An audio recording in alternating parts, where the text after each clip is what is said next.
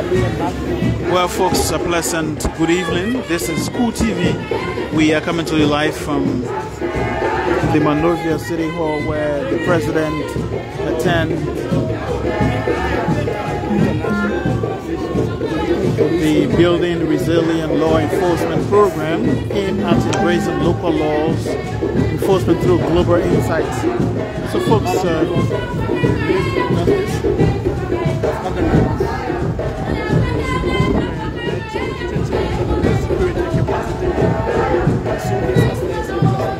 so the president just arrived at this program, and there you see Greg Coatman, the police RG here.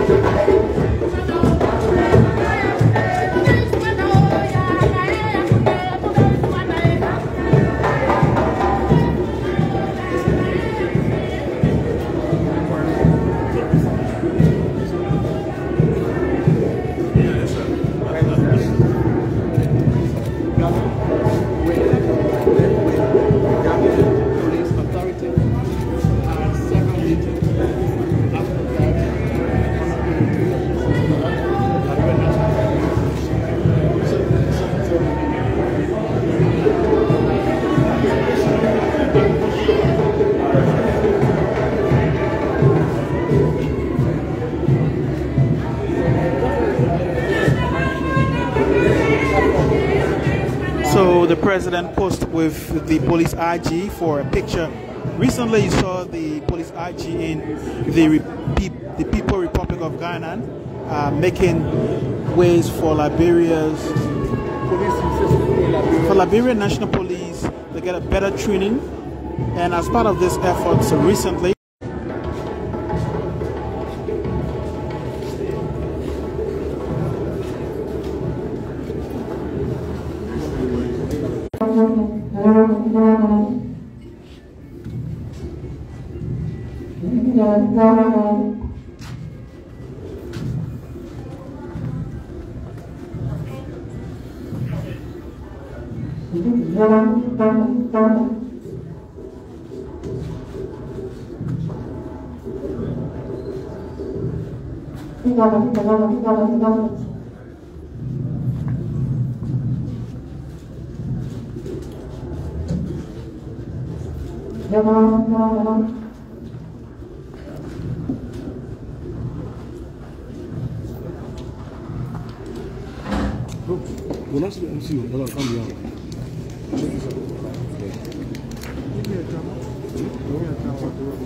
Good evening, ladies and gentlemen.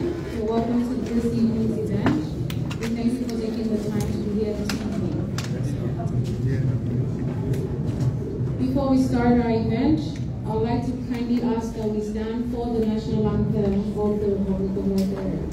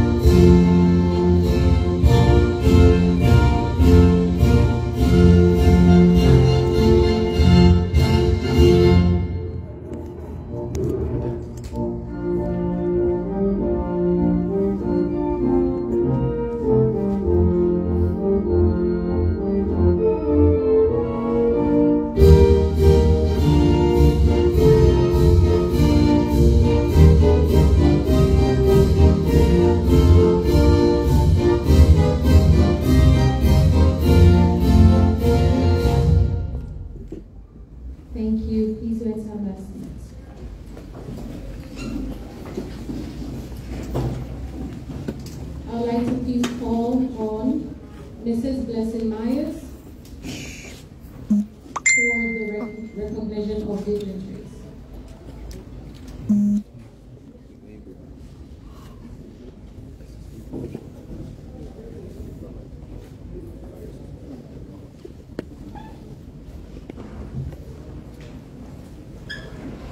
Thank you.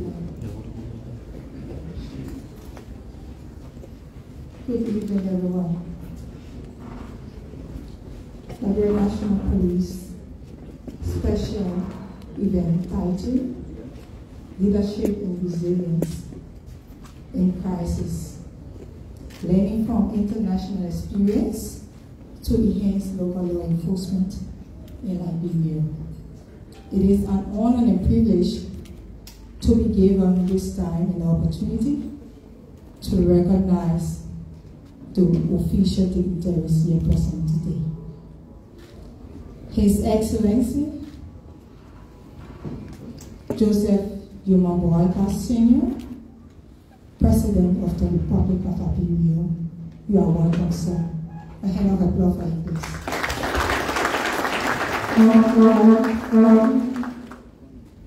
Honorable Jeremiah Bankon, Vice President of the Republic of Liberia.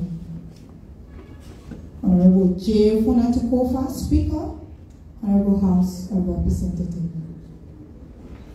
Honorable Yombi Kanga Lawrence, Asholia Eru, Secretary of the House of the Liberian Senate. Her Honor, Simon Kabedion, Chief Justice of the Supreme Court of Liberia. Honorable Cyrus Momo, Chairman,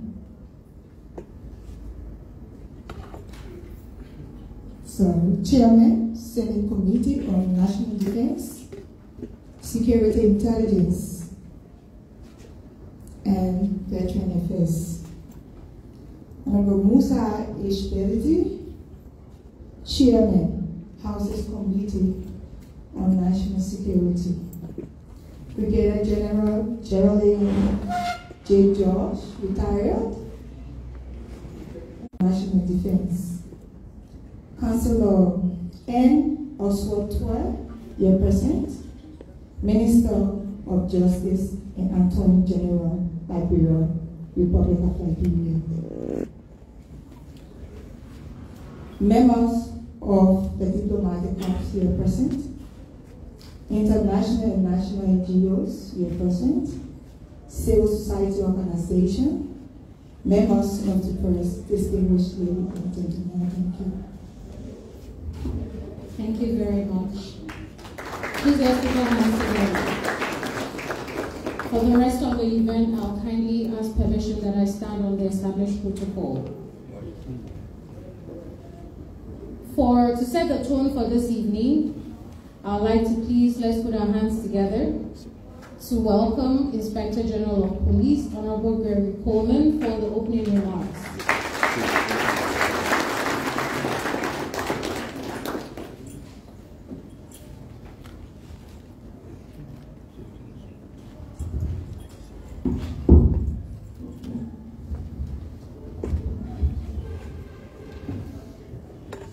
Your Excellency, President Joseph Nyuma Boakai, President of the Republic of Liberia, the Honorable Minister of Justice, Councilor Oswald Twell, our Commissioner of Immigration, Eskish Jokwa Zago, members of the diplomatic corps here present, our guest of honor, invited guests, NGOs and INGOs here present, members of the press, my fellow officers, ladies and gentlemen. Today marked a very significant point in the history of LNP and law enforcement in Liberia. Mr. President, first and foremost, we're honored to have you in our midst, and we say thank you for gracing our occasion. Today we are going to be hearing an account that shook the world a few years ago. the most recent law enforcement event that caused a lot of reforms in policing the world over. It made NGOs and international NGOs rethink their approach. It brought in a new level of sensitivity in how we deal with each other as human beings. Tonight, leading this department through these challenging times, Chief Medario Arredondo will share his insight. Basically, let's just keep it simple. He's going to tell his story. It's all about getting that inside part that we out there never understood as to all of the leadership work that was put through managing the crisis.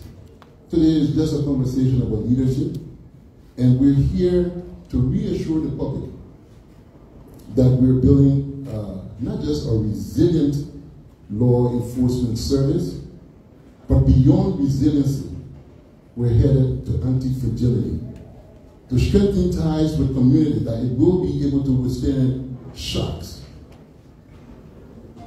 We are far from where we should be. We will make mistakes, but we want this nation to understand that we are just community members that have decided that we're going to serve and protect this nation. Tonight, the men and women in blue, your honor, this program is for you. It's a way to say thank you for your service. And Chief Arredondo, we're honored that you choose Liberia as the place to share your story. Before I take my seat, I want to recognize Mrs. Tony DeLon Coleman, my wife. Mr. President, we say thank you for the opportunity. The R in the arrest is, of course, rule of law will exist, order will be restored to this country. Come hell or high water. Thank you all.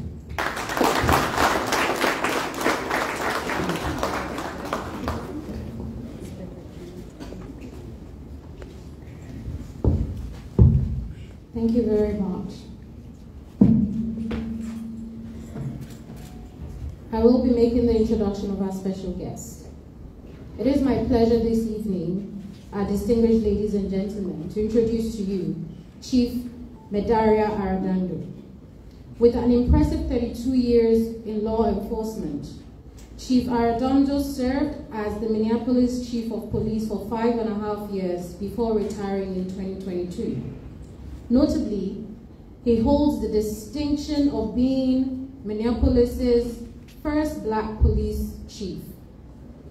Having been raised in South Minneapolis, Minnesota, USA, Chief Arredondo has consistently championed justice and active community involvement. His handling of George Floyd's case in 2022 in particular is highly significant. George Floyd's tragic death not only ignited curfews and violent protests across Minnesota and beyond, but also drew international attention. This has influenced many reforms in law enforcement and even in the private sector. In response to the unrest, Chief Arredondo took swift action by terminating all 4 officers involved, and the decision that received a widespread commendation. These officers were subsequently charged and brought to trial. Additionally, Chief Arredondo personally visited George Floyd's family, issued public apologies, and participated in memorial events honoring him. Chief Arredondo's commitment to reform did not end there. He implemented 2 significant reforms within the police department in his state. First off, he halted contract negotiations with Minneapolis Police Union to allow for a comprehensive review and that aimed to increase community transparency and flexibility for reform. Secondly, He integrated new systems that leveraged research on police behavior, enabling department leaders to identify early warning signs of misconduct and implement strategic interventions to prevent more action. Chief Majera Arredondo is a visionary leader. He's a consultant and a community advocate, known for his uprightness and dedication to public service. He continues to inspire and drive positive change in the field of law enforcement, and we want to have the pleasure of welcoming him. So please, ladies and gentlemen, please let's put our hands together as we welcome Chief Arredondo.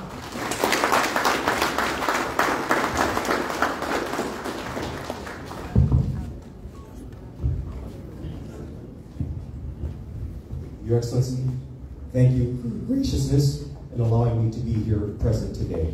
I appreciate that very much. Inspector General Coleman, thank you so very much for the friendship, your leadership, at a time when the Liberian people are looking at you to help forge a pathway forward, and I know that they are in good hands with such an astounding leader in you, Inspector General Coleman, so thank you. To our distinguished guests today, thank you so much for having me. The dedicated men and women of the Liberian National Police Service, thank you so much for having me. I had an opportunity to meet with many of you today. Excellency, I would like to have a conversation this evening to talk about not only the incident back in May 25 of 2020 that totally shook not only the Minneapolis Police Department, but policing across the country and the world. But I also, Your Excellency, want to highlight that no matter how significant chaos and crises occurred, you can overcome them. You can overcome them. I'm going to highlight some of the background information that occurred during that summer. I'm going to be very frank and honest. There was some very troubling times, but we were hopeful. I remained hopeful. Our communities remained hopeful, and we were able to get through it. And so, to the Liberian National Police leaders, I hope that you will take this information and know that even in the most dire circumstances, you can achieve, you can overcome, you can get through this. And I also will say that we all have an obligation to our children. We have to always give them hope that tomorrow can be a better and brighter future. And I know this can be accomplished here in Liberia. So with that, with your permission, Your Excellency, I'd like to proceed. Thank you.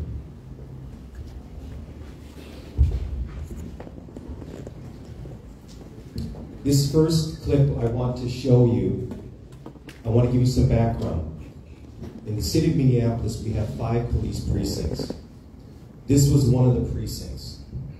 The gate that you see, and you see there's tarps and there's some barricades there. The officers on the inside are basically trapped inside. You will hear in a moment, you'll hear the sound of gunshot fire. That's gunshot fire being fired into this precinct, and you'll see Molotov cocktails.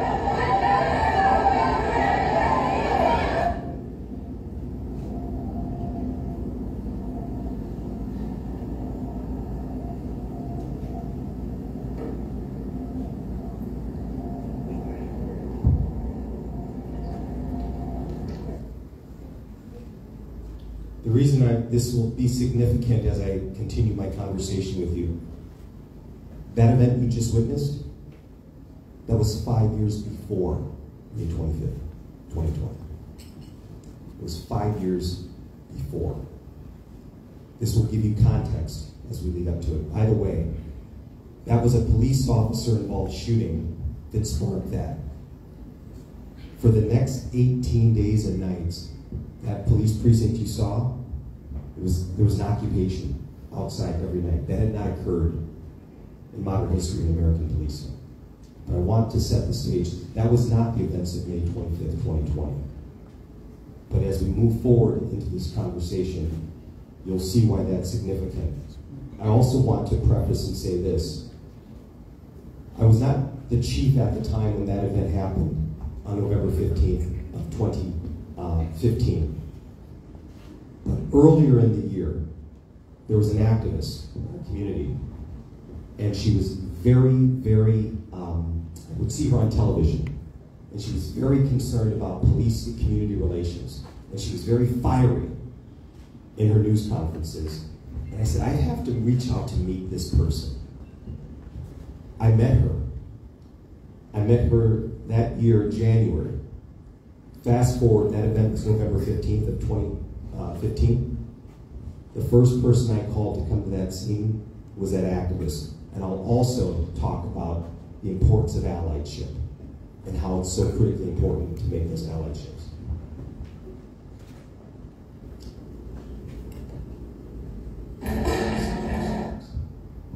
So, the things that you can learn, certainly that I learned, that are the elements of a crisis. One is there's going to be an immediate threat to your organization.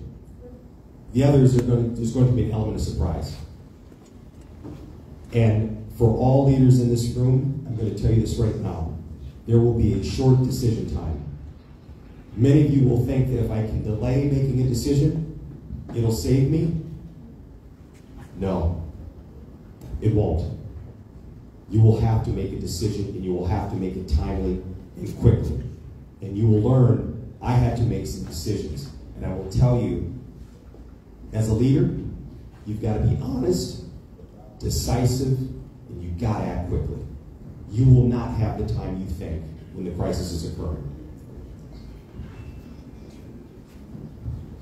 The organization that I came from is a 157-year culture, 157-year organization.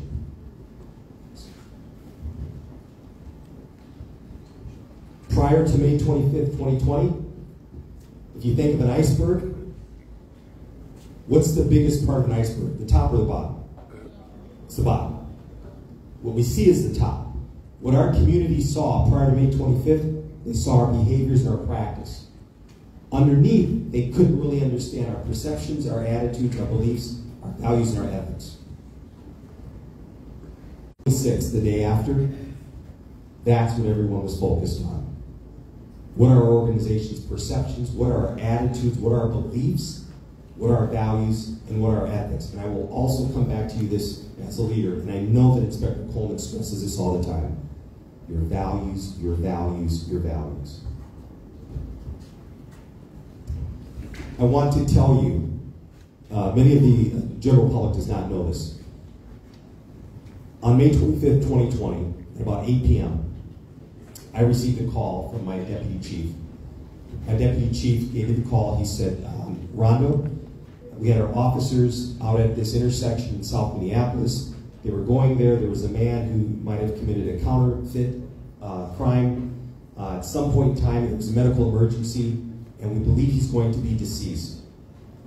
When that occurs, what we call an in-custody death, there's a protocol that I must go through. I'm in uniform, I go down to City Hall, I contact the mayor. It's a certain protocol we go through.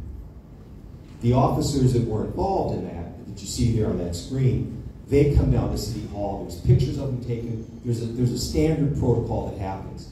This picture here, as grainy as it looks, I want you to take a look at that because at about 11 p.m., I asked my deputy chief, I said, we have a pole camera across the street from that intersection. I said, I want to see that. What does that pole camera say? When I watched the pole camera, that's all the view I had. Grainy picture, there was no audio, and all I saw was the back of the officers. There was nothing in the video that I saw there that rose to a level of alarm right away. There was nothing. There was no sort of commotion by the bystanders or anything. That was the grainy video that I saw.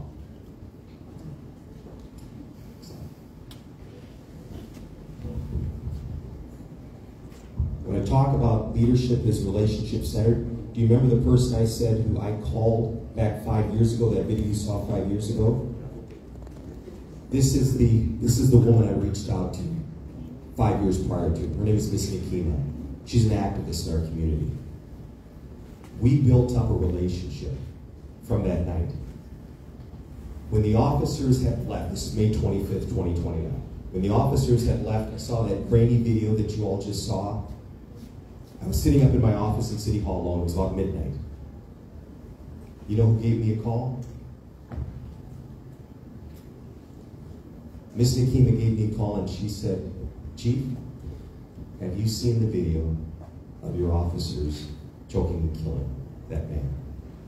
Now, I knew she was talking about what was occurring at the intersection, but the video I saw was the grainy one you saw. She sent me on my cell phone the video that now all of you have seen, the world has seen over. It was the bystander video by Mr. Darnell Frazier. Why is this significant? Me and Miss Nyuma, when I first, this is a true story, when I first tried to reach her, I was not getting any progress in trying to reach her. I'm in my office and one day I get a call from my aunt, Martha. It's a true story, follow me on this. I said, "You know, Auntie, I gotta get going. I'm trying to locate this woman." And she said, "What's her name?" I said, "Her name's Miss Nyuma." She said, "Miss Nyuma, I know her. You tell her your Aunt Martha says hi." I'm like, "Yeah, okay." So I hang up. I eventually called Miss Nyuma. And I said, "Miss Nyuma, my name is Deputy Chief Aragano." I said, I'm really trying to meet you. I know that you're very strong and passionate about police-community relations. I said, "Can I buy you a cup of coffee?" And you know what her response was? "It's as quiet as all of you in this room right now. It's crickets." And you know what I did? By the way, my Aunt Martha says hi. "Oh, come on down." It's a true story. So my Aunt Martha thing. When I met with her for that cup of coffee, there were many things that we did not agree on. But at one point during the conversation, Miss Nyuma said, "Rondo, do you know why I do what I do, why I say what I say when I'm out there protesting?" And I said, "No." And she says, "Because I have 2 little young black boys, and I don't want them to be shot and killed by the police." It was right at that moment that we found our shared common reality. Because I said, I don't want that to happen either. So that situation happened 5 years prior. She was the first person I called. Fast forward to May 25th, 2020 at midnight. She didn't have to call me, but she did. The reason why that's also significant, can you imagine had I woke up that next morning like everyone in this country for that video for the first time? Imagine that. Seek your allies, as unconventional as they may be. Seek them out and build those relationships. I'm telling you, they will pay you dividends to have those relationships in the end. Here's what occurred. Near midnight, I get the call from Miss Nyuma, asking me if I saw that disturbing video.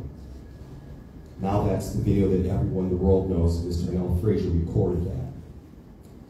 After reviewing the bystander video, I notified our Minnesota FBI Special Agent in Charge. The gentleman at the time had only been in our area for about 30 days. I called him at about 1:30 in the morning and woke him up. He was groggy, and I said, "Listen, I need you to look into this case." And he said, "Rondo, if you're calling me at 1:30 in the morning, it ain't good." I said, "It's not."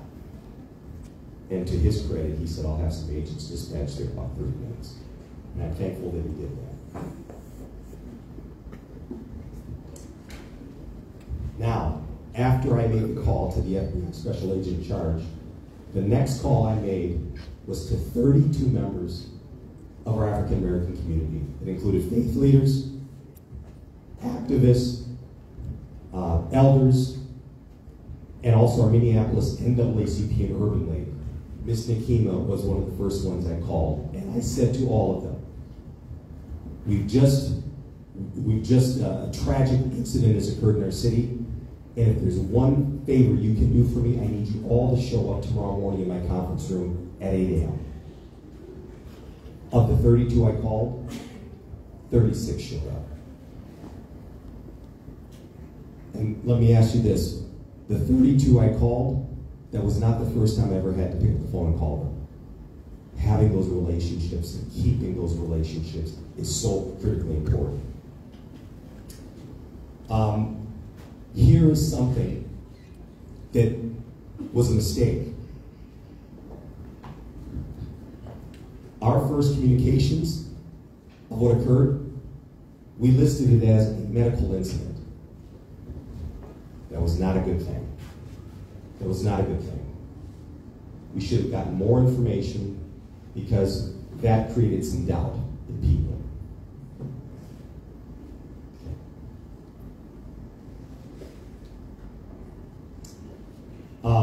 Immediately that following morning, the MPD announced that the FBI was going to be a part of the investigation.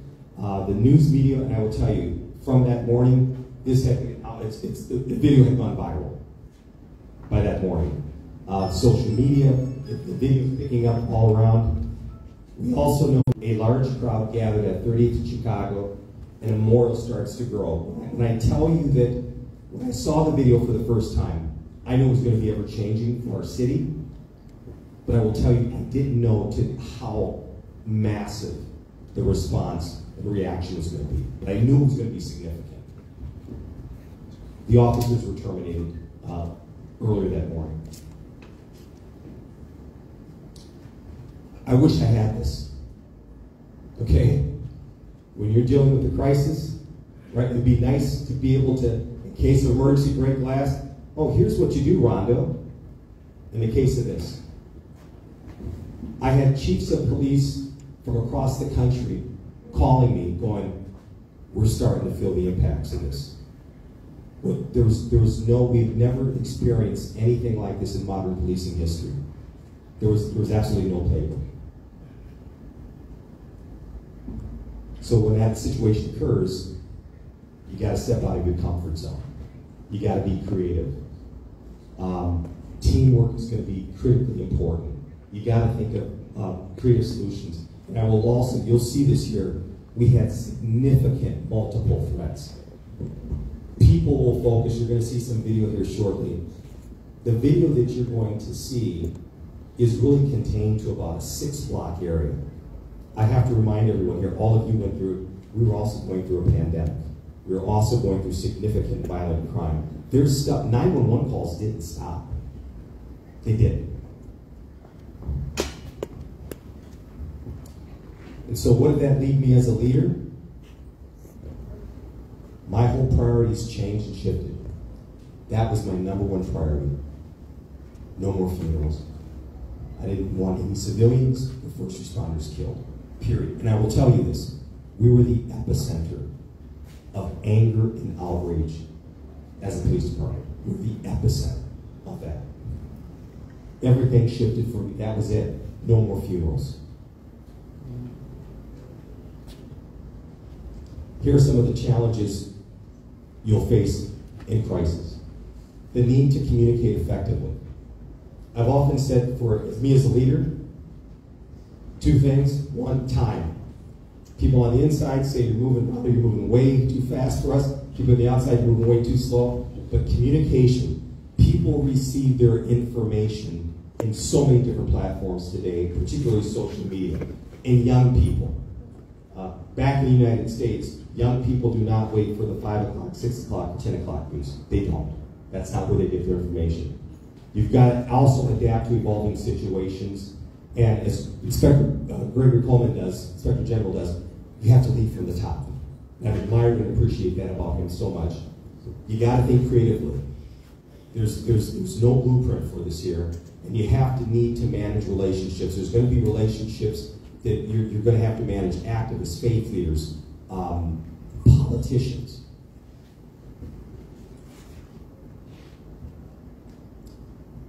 So I told you about, you saw the video of the 1 precinct before, that was 5 years earlier. The officers that were involved in this worked at a 3rd precinct. So we had 5 precincts, this was at the 3rd precinct.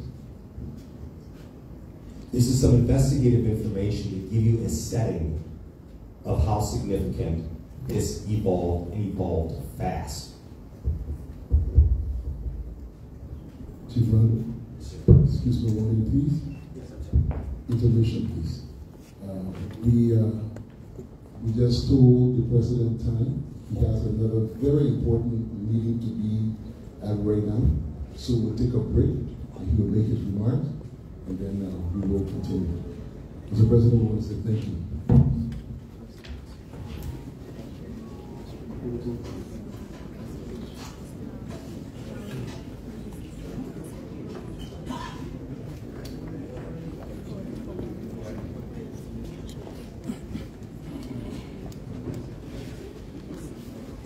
So they have called the president to make his remarks.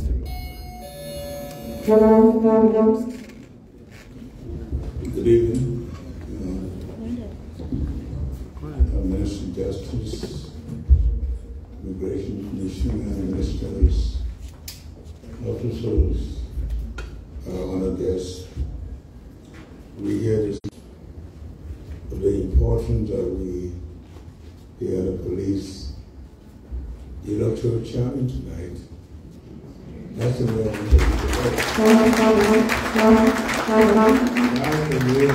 I always wanted our officers to look, not just to look, to perform. And we are willing and ready to put dignity on you to make sure that you become the best in life.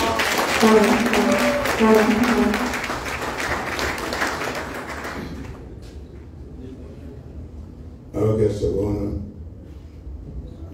we've been to Minnesota before, and I can tell you, like I told you today, Liberian police have always wanted to look like an American police, perform like an American police.